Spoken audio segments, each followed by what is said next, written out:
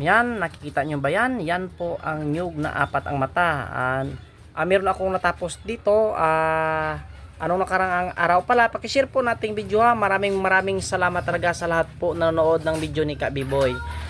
Yun, nakuha na isang po negosyante ni si Ronald Mongol. Kaya ngayon, gumawa pa tayo ng isa.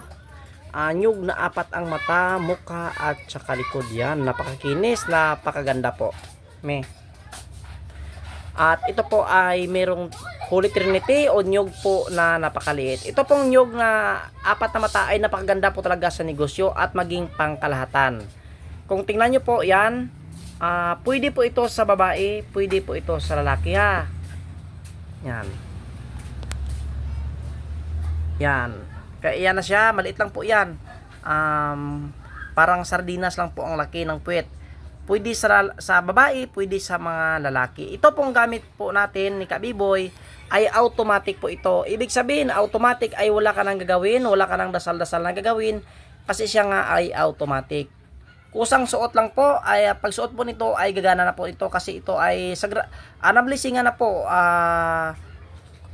Sagrado na po ito ng blessing at nabuhay na po ito. Kaya pag sinuot mo, automatic wala ka nang gagawin.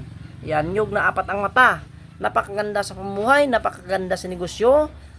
Swerte talaga pag mayroon kang nyug na apat ang mata. Kaya sa interesado ng nyug na ito, yan, napakaganda talaga, napakakinis. Buhay-buhay po ang kanyang aura at saka ang kanyang mukha po. At napakaganda ay pangkalahatan, mayroong bagakay na walang butas at Holy Trinity, nyug na maliit. Yan. Kaya sa interesado, dyan sa Facebook ko, mayroon ako dyang contact number, i-text nyo ako or tawagan at pwede nyo rin po ako i-PM po. Kaya sa interesado ha ng nyug na apat na mata, maraming salamat. Pakishare po ng ating video. Sa lahat po pala ng share na ating video ha, ay maraming salamat. Baka sa sunod na linggo o araw ay magra-raffle po ako ng libre lahat po na share ng ating video. At sa lahat po ng kumuha ng aking gamit, mayroon ditong resibo sa GNT. Ito po ay irarapol din po nakin libre sa lahat po ng kumuha ng aking gamit. Yan, kaya maraming salamat talaga sa tiwala.